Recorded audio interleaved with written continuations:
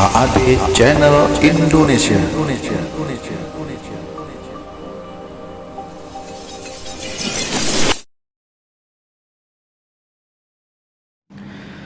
Assalamualaikum warahmatullahi wabarakatuh.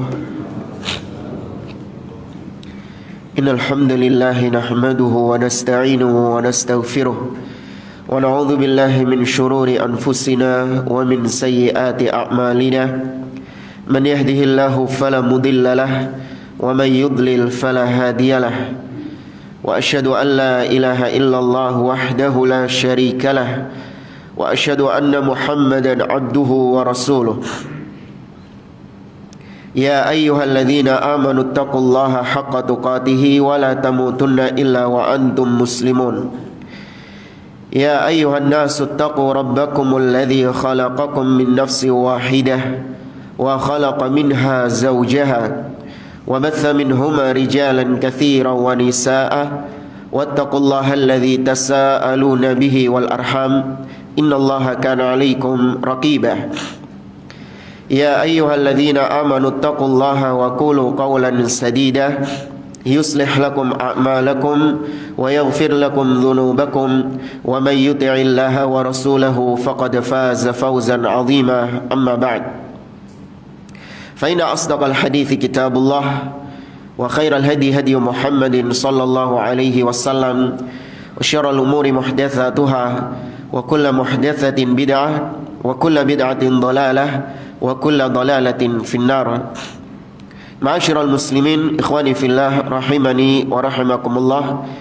Kita melanjutkan kembali pembahasan tafsir juz ammah oleh Fadilatul Syekh Muhammad bin Shalih Al-Utsaimin rahimahullahu taala.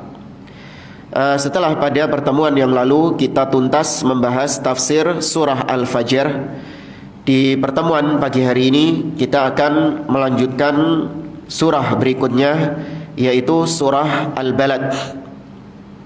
A'udzu billahi minasyaitonir rajim. Qala Allahu azza wa jalla, bismillahirrahmanirrahim, la uqsimu bihadzal balad. Kata beliau, sudah berlalu penjelasan tentang tafsir basmalah. Sebelumnya surah Al-Balad ini termasuk di antara surah Makkiyah, yaitu surat yang turun kepada Nabi SAW sebelum hijrahnya Nabi ke Madinah. Kata Allah, la uqsimu bihadzal balad. Kata Syekh Muhammad bin Shalih Al-Utsaimin, la di situ bukanlah la nafiyah, bukan artinya tidak, ya, bukan artinya menafikan sesuatu. Karena kalau kita baca secara literal, maka diartikan la uqsimu bihadzal balad, aku tidak bersumpah dengan negeri ini, yaitu menafikan Allah tidak bersumpah dengan negeri ini, yaitu Makkah.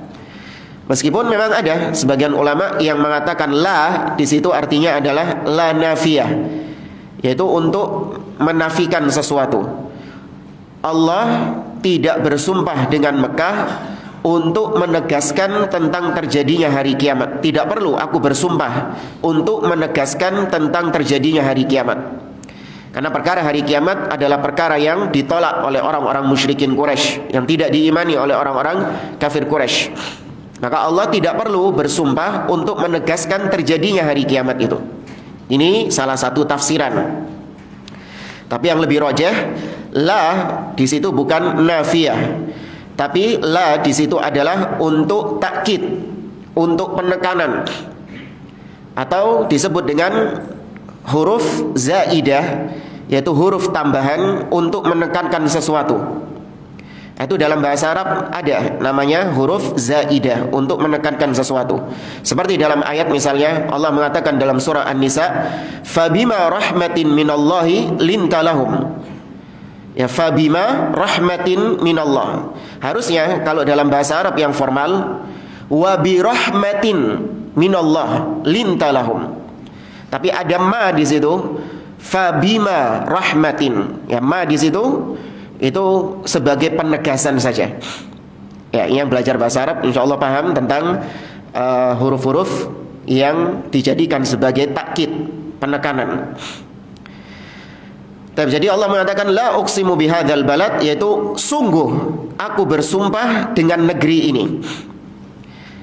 Uqsimu yakni al-qasam adalah sumpah. Sumpah maknanya adalah ta'kidu syai'i bi dzikri mu'azzamin ala wajhin mahsus. Kata Syekh Utsaimin, al-qasam sumpah itu artinya menekankan sesuatu, ya, menekankan sesuatu dengan menyebutkan sesuatu yang diagungkan. Menekankan ucapan dengan menyebutkan sesuatu yang diagungkan oleh yang bersumpah itu dengan cara yang khusus.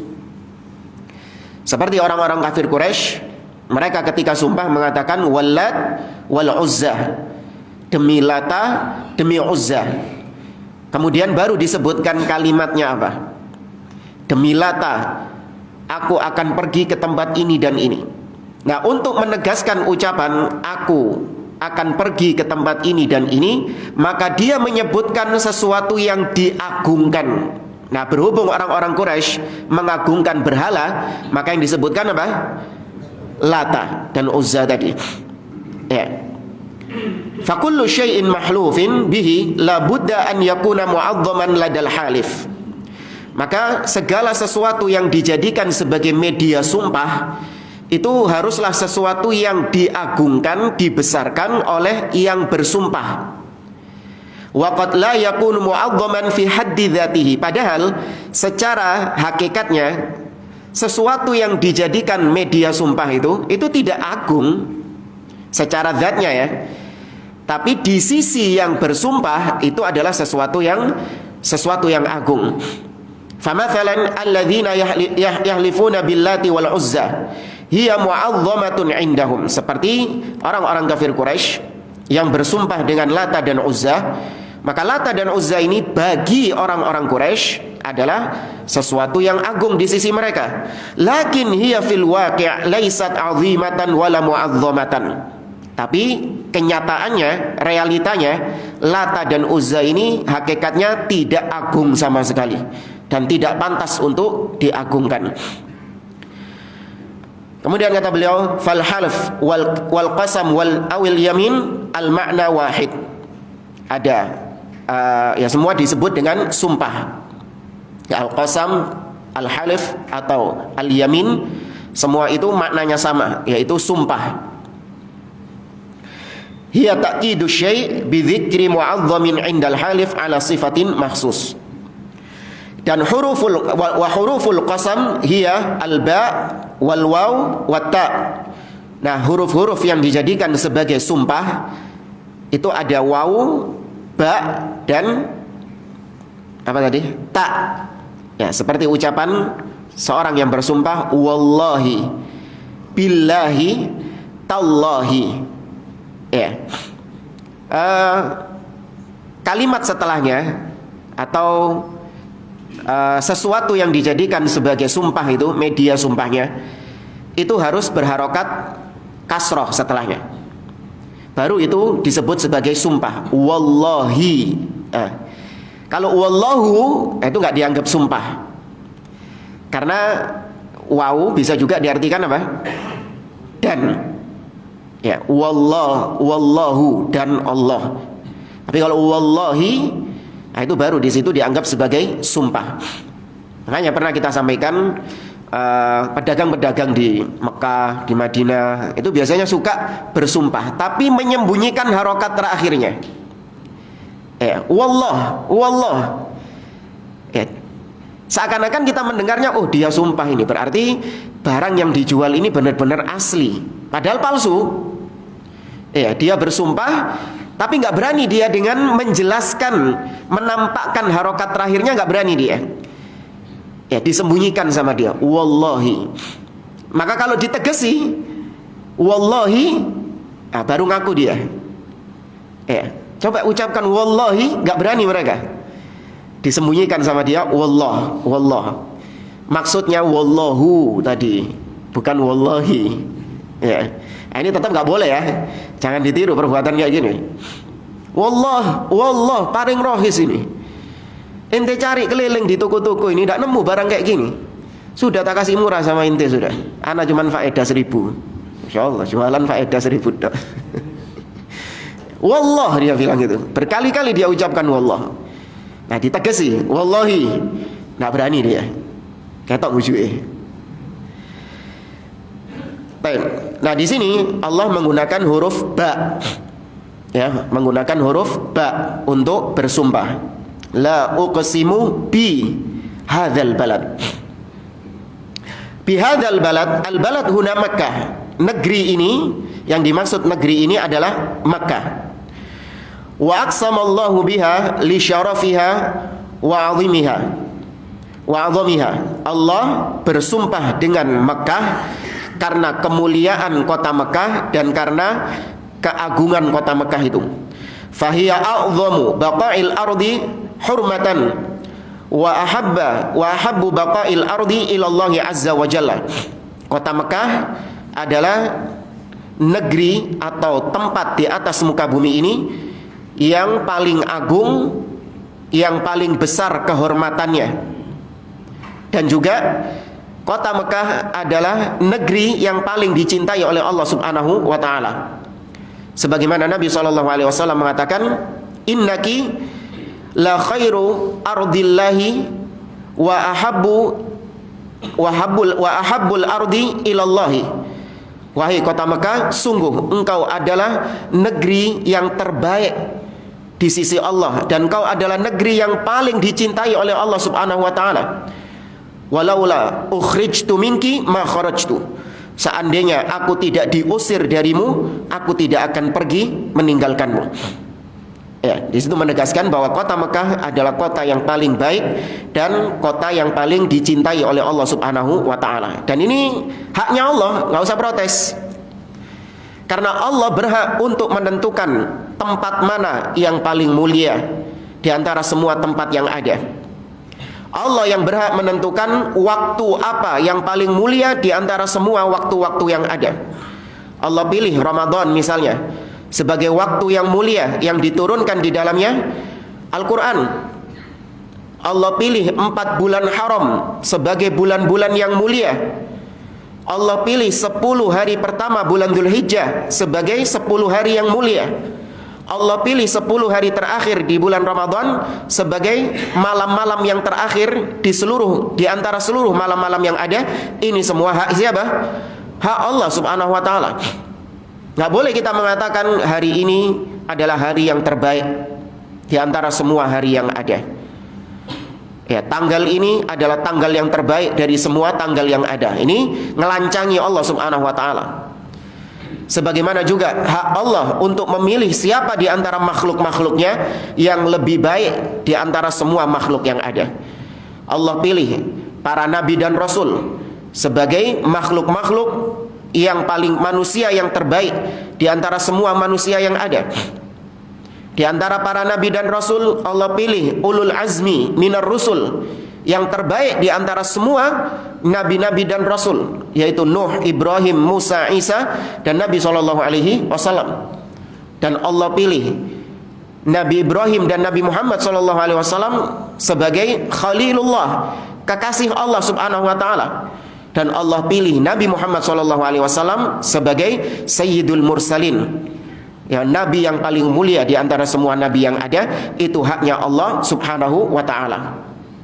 Sebagaimana juga Allah memilih para sahabat sebagai generasi terbaik di antara semua manusia yang ada. Ya, khairun nasi qarni, thumma alladhina yalunahum, thumma alladhina yalunahum. Itu haknya sahabat Nabi, haknya Allah Subhanahu wa taala. Nah, maka di sini kota Mekah adalah kota yang terbaik di antara semua kota-kota negeri-negeri yang ada. Nggak usah protes. Ya, enggak, Surabaya lebih baik daripada Mekah. Kenapa nggak Surabaya? Ya, kenapa kita nggak punya, Indonesia ini nggak punya negeri yang lebih baik daripada kota Mekah yang ada di Arab? Kenapa harus Arab yang lebih baik daripada kita? Nah, ini ngelancangi Allah Subhanahu wa taala. Oke, maka kota Mekah kota yang paling dicintai oleh Allah dan yang paling baik. di antara semua kota yang ada. Walihada bu'itsa minha Rasulullah sallallahu alaihi wasallam alladhi huwal bashar salawatullahi wassalamuhu alaihi. Oleh karenanya di kota Mekah inilah Nabi sallallahu alaihi wasallam diutus. Fajadiru bihadzal balad al-amin an yuksama bihi. Maka pantas dengan keistimewaan tersebut Allah jadikan kota Mekah sebagai media sumpah. Ya, Allah jadikan kota Mekah sebagai media sumpahnya. La uqsimu bihadzal balad. Sungguh aku bersumpah dengan negeri ini. Dan Allah juga bersumpah di ayat lain dengan kota Mekah. Wattini wazzaitun wa turi sinin wa hadza al baladil amin. Ya, dan demi negeri yang aman ini, yaitu kota Mekah. Kita bawakan beberapa keutamaan kota Mekah yang lain. Di antara keutamaan kota Mekah adalah sebutkan oleh para ulama bahwa kota Mekah adalah kota satu-satunya yang menjadi impian semua muslim yang ada untuk pergi ke sana. Tidak ada satupun seorang muslim di atas muka bumi ini melainkan pasti cita-citanya adalah ingin mengunjungi Mekah. Ya, kecuali Rafidhah. Ya, Rafidhah pinginnya kemana? Karbala. Ya, Rafidhah pinginnya Karbala karena mereka menganggap Karbala lebih suci daripada Mekah. Naudzubillah. Tapi kalau muslim yang masih di atas iman, masih di atas tauhid, maka mereka pasti ada keinginan untuk bisa menginjakkan kaki di kota Mekah. Bahkan keinginan untuk ke kota Mekah itu lebih besar ketika orangnya itu sudah pernah sampai ke sana. Bayangkan biasanya kalau orang sudah nyampe ke sana itu sudah nggak pengen lagi. Ya enggak?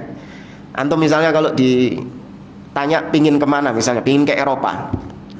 Ketika sudah nyampe Eropa, ya sudah gini Eropa ini.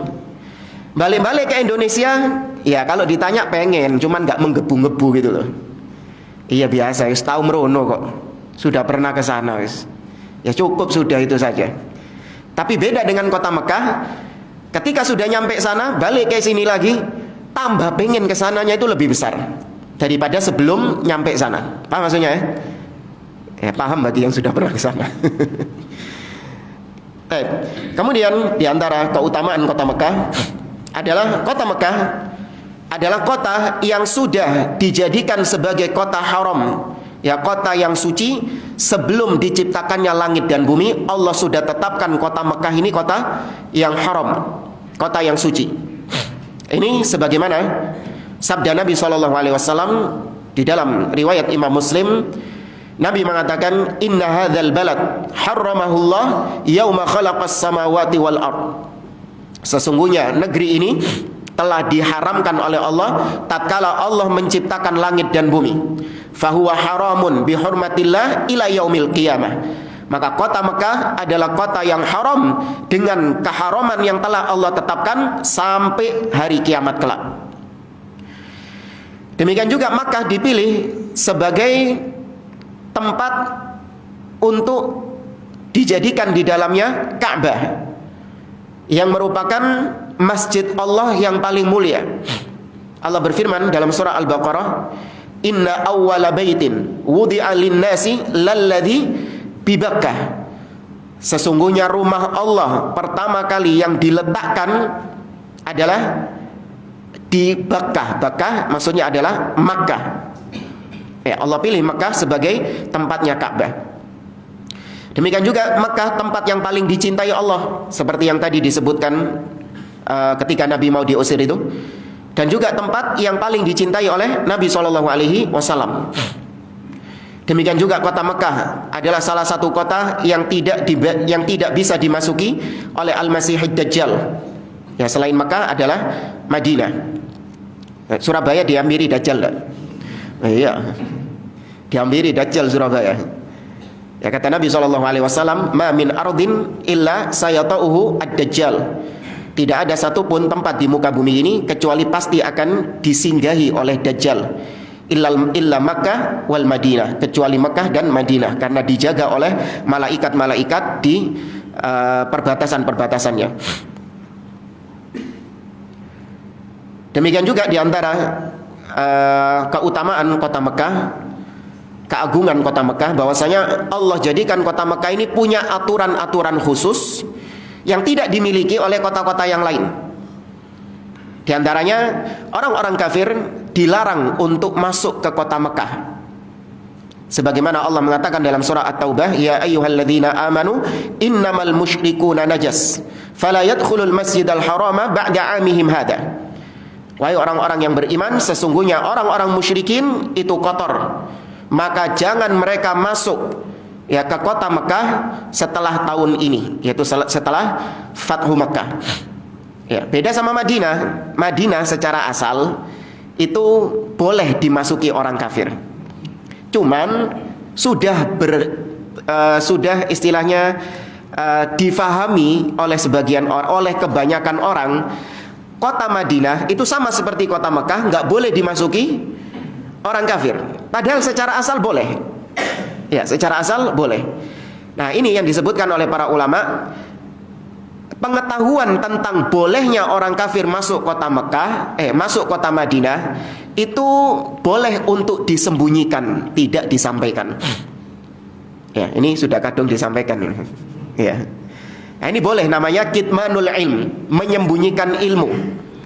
Biar orang-orang kafir itu memahaminya, kota Madinah juga nggak boleh dimasuki sebagaimana kota Mekah. Ya, biar orang-orang kafir memahami seperti itu, nggak ada masalah, disembunyikan ilmunya, jangan malah dikasih tahu. Ya. Tapi ya mereka mau apa berkunjung ke sana? Ya, nggak ada sesuatu yang bisa memuaskan nafsu mereka di situ, ya kan? Kemudian kota Mekah juga kota yang diancam oleh Allah untuk dilarang keras berbuat maksiat dengan ancaman neraka. Allah mengatakan dalam surah Al-Hajj, kata Allah Subhanahu wa taala, "Wa man yurid fihi bi ilhadin bi dzulmin nudzighu min adzabin alim." Barang siapa yang berkeinginan untuk berbuat ilhad, ya ilhad artinya penyimpangan, bisa maksiat, bisa kebid'ahan, dia berbuat kezaliman di kota Mekah, maka kami akan siksa dia dengan siksa yang pedih. Kata para ulama, waman yurid fihi, baru berkeinginan saja itu sudah mendapatkan ancaman ayat ini, meskipun belum melakukannya. Contoh misalnya ada orang bercita-cita pingin ke Mekah untuk menipu jamaah haji dan umroh di situ. Ya, wah kalau saya di sana bisa nipu jamaah haji dan umroh, lumayan bisa mendapatkan uang yang banyak. Padahal dia masih di Surabaya, masih belum ke Mekah. Ini masih cita-cita dia. Dia punya gambaran, nanti kalau sampai Mekah, ana mau coba jualan hadiu, jualan hewan, ya jualan hewan untuk jamaah haji. Ya, padahal saya nggak punya hewan, ya tapi saya jual kepada mereka, saya dapat meraup cuan di situ. Ya. Baru punya keinginan saja, belum terrealisasikan, itu sudah mendapatkan ancaman ini. Apalagi terrealisasikan.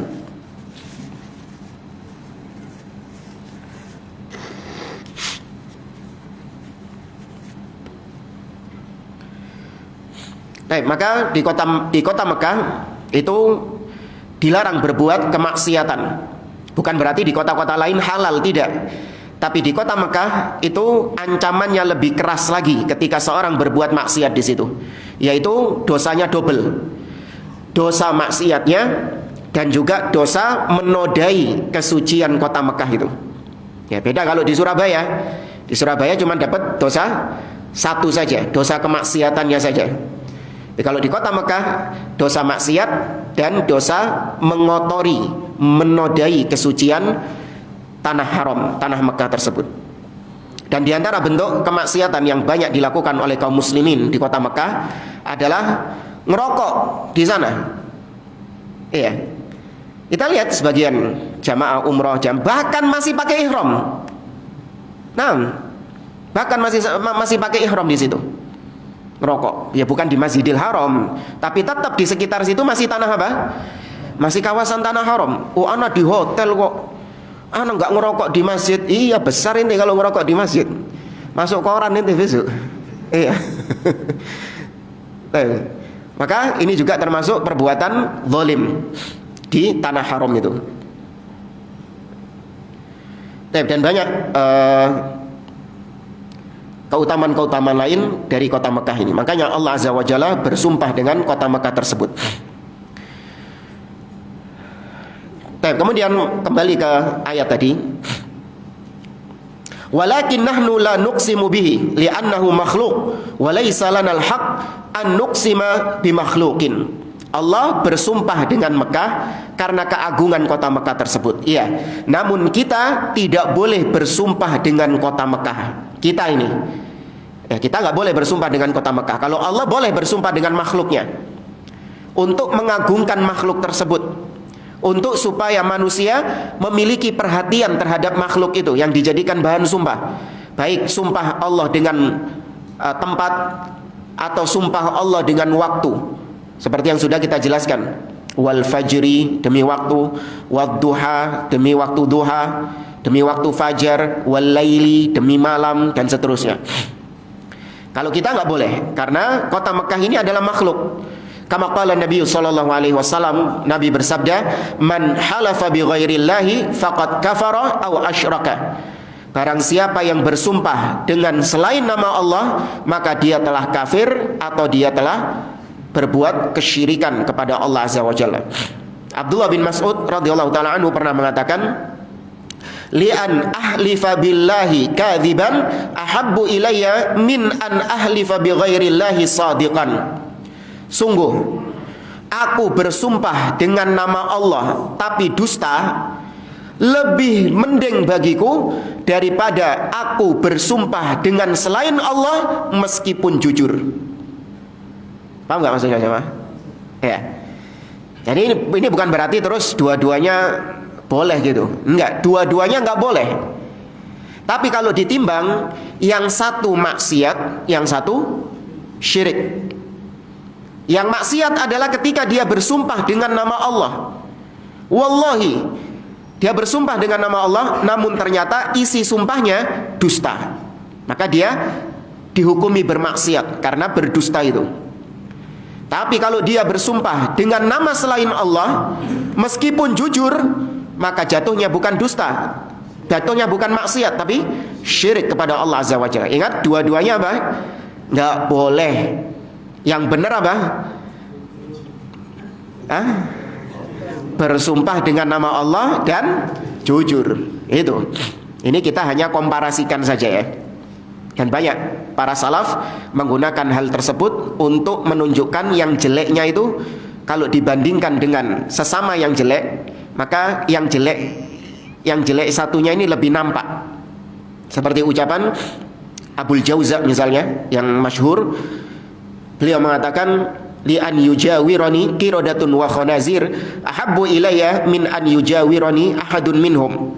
Sungguh aku bertetangga dengan monyet-monyet dan babi-babi lebih mending bagiku daripada bertetangga dengan ahli bid'ah.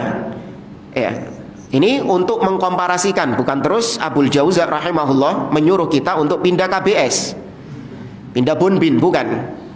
Dua-duanya jelek, bertetangga dengan monyet jelek, bertetangga dengan babi jelek, tapi lebih jelek lagi bertetangga dengan ahli bid'ah.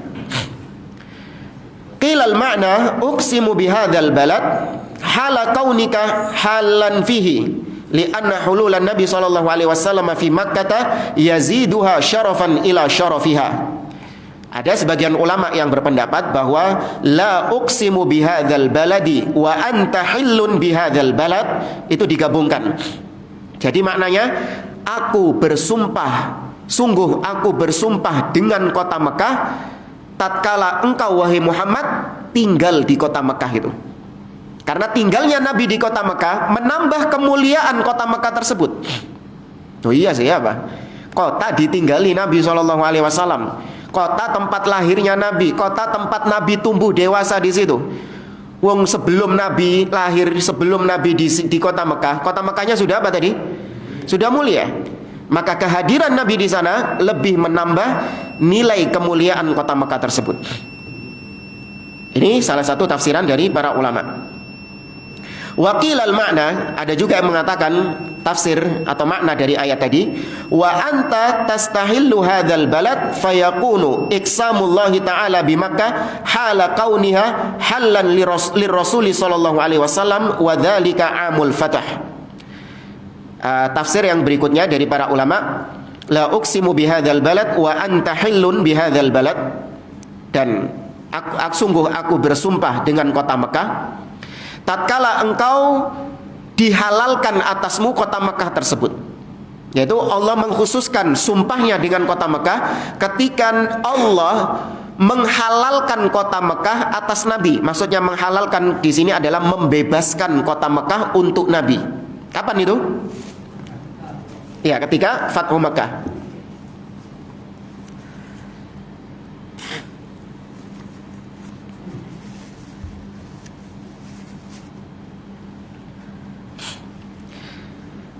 Kata beliau, li'anna Makkah amal fathi uhillat li Rasuli sallallahu alaihi wasallam wa lam tahilla li ahadin qablahu wa la tahilla li ahadin ba'da dzalik. Karena ketika peristiwa Fathu Mekah, kota Mekah dijadikan halal kepada Nabi sallallahu alaihi wasallam untuk sementara waktu. Ketika peristiwa Fathu Mekah ini, kota Mekah jadi halal, jadi tanah halal mulai pagi sampai sore. Tok. Mari ngono haraman ya. Setelah itu haram lagi. Karena ya di dalam riwayat Imam Al-Bukhari dan yang lainnya, Nabi SAW ketika menduduki kota Mekah, ammana Rasulullah SAW an-nasa. Nabi menjamin keamanan semua orang yang ada di kota Mekah. Nabi maafkan semuanya. Idhabu fa antumut tulaqa, kata Nabi. Pergilah kalian orang-orang yang bebas. Yang dulu pernah nyakiti Nabi, dulu pernah mencaci maki Nabi, kebanyakan dimaafkan sama Nabi. Ya, dijamin keamanannya meskipun kota Mekah sudah diduduki oleh Nabi SAW dan para sahabatnya. Tapi ternyata ada 4 orang yang tidak dimaafkan oleh Nabi SAW. Siapa mereka? Ikrimah bin Abi Jahal, kemudian Maqis ibn Sababah, kemudian Abdullah ibnu Khatal, dan yang keempat Abdullah ibn Sa'ad ibn Abi Sarah, sepupunya Utsman bin Affan. Adapun siapa tadi? Ikrimah bin Abi Jahal ya pergi ke laut, naik kapal, kemudian diombang-ambingkan kapal, dan dia bersumpah kalau diselamatkan akan meminta maaf kepada Nabi, dan dia pun balik kepada Nabi, diselamatkan oleh Allah dari ombang-ambing dan balik kepada Nabi, dimaafkan oleh Nabi dan masuk Islam. Jadilah sahabat Abdullah Ikrimah bin Abi Jahal radhiyallahu anhu.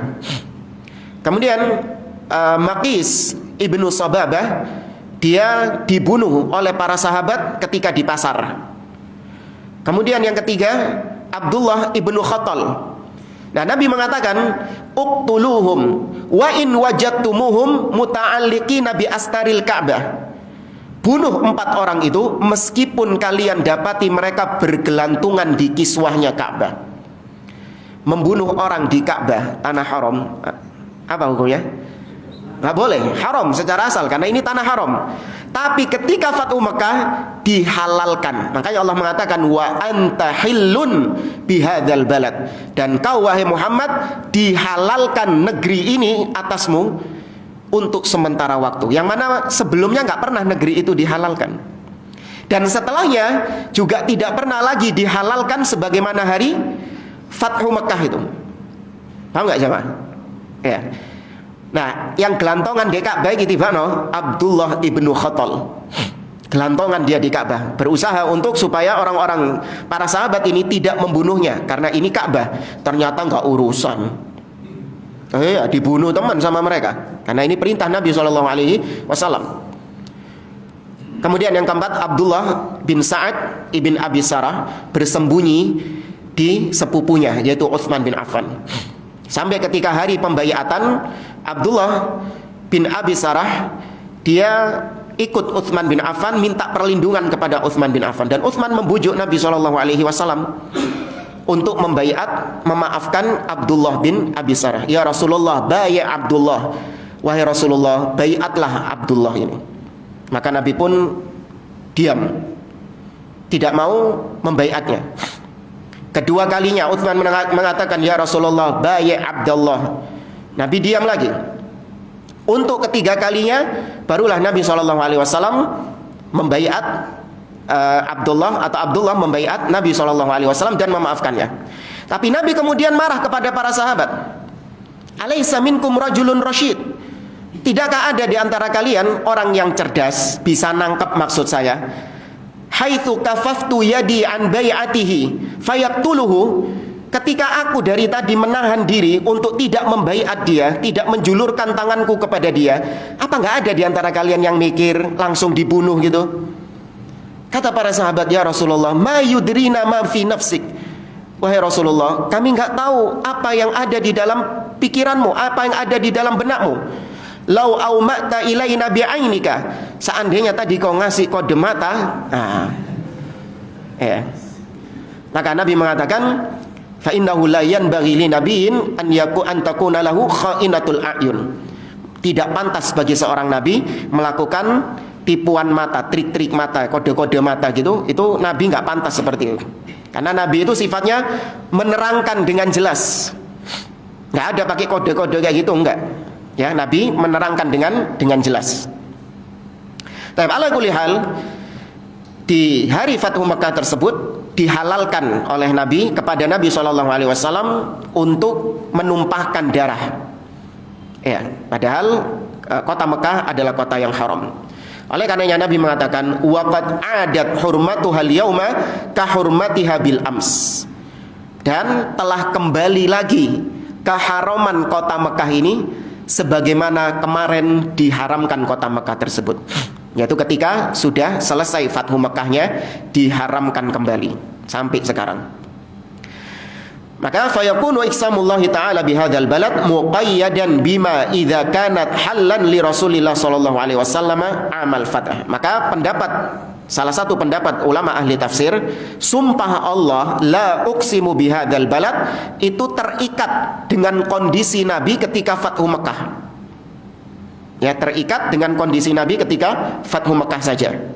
Li'annaha fi dzalikal yaum tazdadu syarafan ila syarafiha. Karena ketika Fathu Mekah itu semakin bertambah kemuliaan kota Mekah tersebut. Haitsu tuhhirat minal asnam wa hazamal musyrikun tatkala kota Mekah itu tatkala peristiwa Fathu Mekah tersebut, maka kota Mekah dibersihkan bersih-bersih berhala. Iya, bersih-bersih berhala. Dan orang-orang musyrikin mengalami kekalahan. Wa fatahat alaihim biladuhum anwatan. Dan negeri Mekah tersebut itu dibebaskan meskipun secara paksa. Wa sarat hadhil balad ba'da an kanat balada kufrin sarat bilada imanin. Negeri ini yang dulunya negeri kafir berubah menjadi negeri iman. Wa ba'da an kanat bilada syirkin sarat bilada tauhid. Yang sebelumnya kota Mekah adalah negeri kesyirikan berubah menjadi negeri tauhid. Wa ba'da an kanat bilada anadin sarat bilada Islam fa ashrafa halul li Makkah kanat indal fatah. Dan negeri yang sebelumnya berisi negeri yang dulunya berisi negeri yang rusak, ya, negerinya orang-orang yang ingkar kepada Allah dan Rasulnya berubah menjadi negeri Islam. Maka bertambah kemuliaan kota Mekah tersebut ketika peristiwa Fathu Mekah, ya.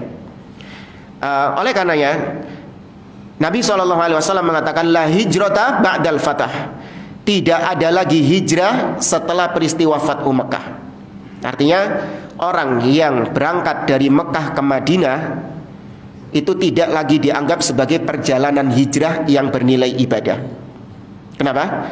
Karena kota Mekahnya sudah jadi kota iman, kota Islam. Ya, jadi kota Islam. Kalau dulu masih statusnya dikuasai oleh orang musyrikin, maka yang melakukan perjalanan karena Allah dari Mekah ke Madinah maka dianggap ibadah kepada Allah. Ya, adapun yang setelah Fathu Mekah maka tidak dianggap lagi hijrah karena dua-duanya sudah negeri Islam. Tambahan, kota Mekah memang disebutkan sebagai kota haram, sebagaimana Madinah itu juga kota haram, meskipun keharamannya berbeda atau hukum-hukum yang ada di dalamnya berbeda antara Mekah dan Madinah. Nah, di antara kekeliruan sebagian orang menyebutkan bahwa kota haram itu ada 3, yaitu Mekah, Madinah, dan Al-Quds. Ya. Nah, ini dibantah oleh para ulama. Al-Quds bukan termasuk tanah haram. Ya, Masjid Al-Aqsa bukan termasuk tanah haram. Ya, dan juga kesalahan orang-orang sana menamai komplek Al-Aqsa dengan Al-Haramus Syarif. Ya, komplek Al-Aqsa itu disebut dengan Al-Haram Asy-Syarif. Nah, kalau ada pelang menuju ke Masjid Al-Aqsa, itu biasanya ditulis ila Al-Haram Syarif, menuju ke Al-Haram Asy-Syarif, maksudnya Al-Aqsa. Nah, ini kekeliruan karena tidak ada nas yang menyebutkan bahwa Masjid Al-Aqsa itu adalah tanah haram sebagaimana haramnya Mekah dan Madinah, tidak ada. Kalau punya keutamaan, iya. Ya, di mana seorang muslim ketika dia melakukan perjalanan ke sana dengan tujuan untuk beribadah di sana, maka perjalanannya dihitung sebagai ibadah. La tusyaddur rihal illa ila thalathati masajid. Tidak boleh seorang melakukan wisata religi, ya, perjalanan dalam rangka ibadah, kecuali ke 3 masjid. Salah satunya adalah Masjid Al-Aqsa. Tapi kalau dikatakan Masjid Al-Aqsa adalah tanah haram, ini keliru, salah. Kurang berapa menit? 4 menit. Ya. Ayat berikutnya, ayat yang ketiga. Ini penjelasannya lumayan panjang dari Syekh Utsaimin, mungkin bisa kita pending di pertemuan yang akan datang. Wallahu taala alam. Saya cukupkan sampai di sini. Subhanakallahumma wa bihamdik, asyhadu an la ilaha illa anta, astaghfiruka wa atubu ilaik. Assalamualaikum warahmatullahi wabarakatuh. HAD Channel Indonesia.